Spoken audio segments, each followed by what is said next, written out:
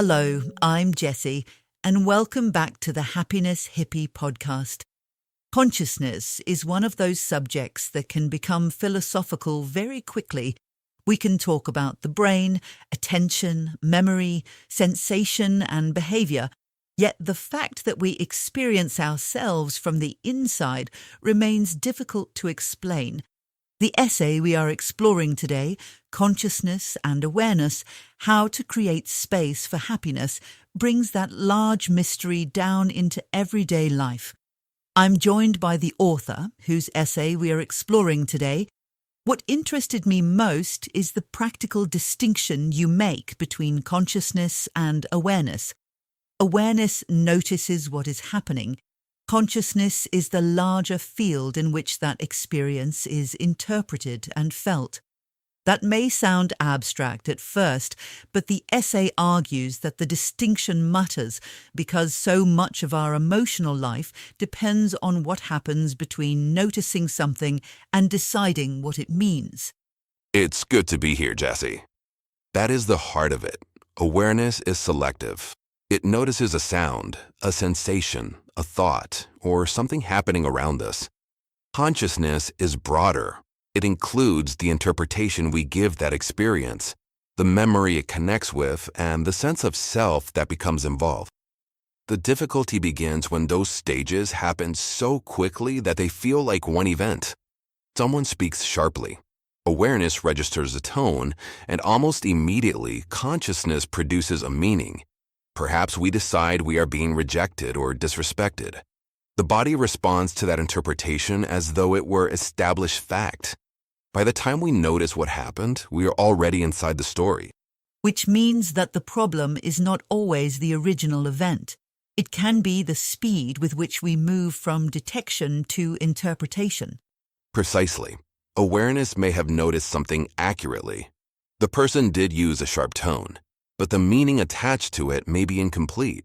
They may be irritated with us, or they may be tired and distracted. Consciousness fills in the missing information, often using old habits and previous experience. That is why creating space matters. If awareness can notice the stimulus without consciousness immediately accepting the first explanation, we gain a little freedom. We can ask what actually happened before deciding what it means. The essay describes awareness as a spotlight, and I found that image useful. The world contains far more information than we can consciously hold at once, so awareness has to select something. The problem is that the spotlight seems naturally drawn towards discomfort and unfinished concerns. Yes, the nervous system is interested in anything that may require attention. That is useful for survival, but it can distort everyday experience. If awareness repeatedly returns to worry or old regret, consciousness begins to experience life as though those things are the dominant reality. The spotlight is not showing us everything. It is showing us what it has selected. That is why a simple sensory check is useful. Notice the temperature of the air or a sound that has been present without demanding anything from you. It is not a cure for suffering. It is simply a reminder that the present moment is usually larger than the thought currently occupying it. That leads naturally into emotional awareness. You make the point that emotions contain information, but they do not have to become commands. Exactly. When anger appears, we usually say, "I am angry." That language fuses the emotion with the self. A slightly different statement, such as "anger is present," creates a small amount of distance. That does not weaken the emotion or dismiss it. Anger may be pointing to something important, perhaps a boundary that has been crossed. The value of awareness is that we can notice the feeling before it becomes the entire identity of the moment. The same is true physically. Emotions often appear in the body before we have fully named them. We may notice tension in the jaw or a change in breathing. Those signals can give us an earlier opportunity to respond intelligently. The aim is not to stop feeling. It is to avoid being fully possessed by the first feeling that arrives. I think that distinction matters because people can hear this kind of discussion and assume it is really an argument for emotional control in a sense of suppressing things. But the essay says almost the opposite. The emotion is allowed to be there. What changes is the relationship to it. That is right. Suppression says the feeling should not exist. Awareness says the feeling is here, so let us notice it clearly before deciding what follows. That's where consciousness becomes important. Awareness may detect the emotional signal while consciousness begins constructing meaning around it. Once the interpretation has been accepted, the body can react as though the story were unquestionably true. Training consciousness means noticing the difference between what happened and what we added. That distinction can be uncomfortable because sometimes the story feels more convincing than the evidence. And that brings us to the space between stimulus and response. Viktor Frankl is often associated with the line, "Between stimulus and response, there is a space. In that space is our power to choose our response." Regardless of how someone approaches that sentence, the practical point is very clear. Most people know what happens when that space disappears. We reply too quickly or react in a way that looks excessive once the moment has passed. Exactly. The pause doesn't have to be long.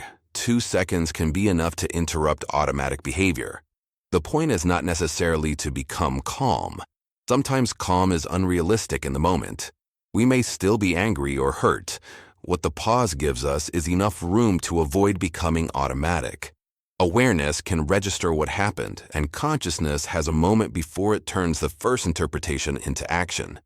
That's different from pushing the emotion away. The experience remains present, but it has been seen before it becomes behavior. That small distinction can change an argument or prevent the message from being sent in a state we later regret. The observer within is another idea in the essay that seems connected to this. There's a thought, and there's also the recognition that the thought is occurring. Yes, that observing capacity is extremely useful. A thought such as, "I always ruin things," can feel completely convincing when we are fused with it. Once we recognize that it's a thought occurring in the mind rather than a final statement about reality, its authority can weaken. We don't have to fight the thought or prove it wrong immediately. Sometimes simply seeing it as a mental event is enough to create distance. This is where observing the mind becomes practical. Inner noise and inner wisdom are not the same thing. The mind can produce an old fear with enormous confidence. Consciousness doesn't have to give that fear full authority simply because it arrived loudly. And that also changes the way we think about happiness. The essay is careful not to suggest that happiness is simply a matter of choosing a positive interpretation. Pain and stress remain real, but interpretation still matters. It does. Two people may experience a similar disappointment and build very different inner stories around it. One person may see the event as proof of personal failure. Another may experience the same disappointment as painful information without allowing it to define the self. The event still matters. We are not pretending otherwise. But the meaning we add affects how much emotional space remains. This is where awareness and consciousness work together. Awareness notices what is happening. Consciousness decides how to hold it. When that process is automatic, old habits make the decision for us.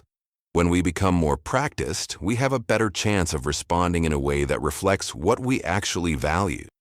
The essay also brings gratitude into that process, but not as forced positivity. You describe it as a way of widening awareness. That is how I see it, Jesse. The mind naturally detects problems, and that function has obvious value.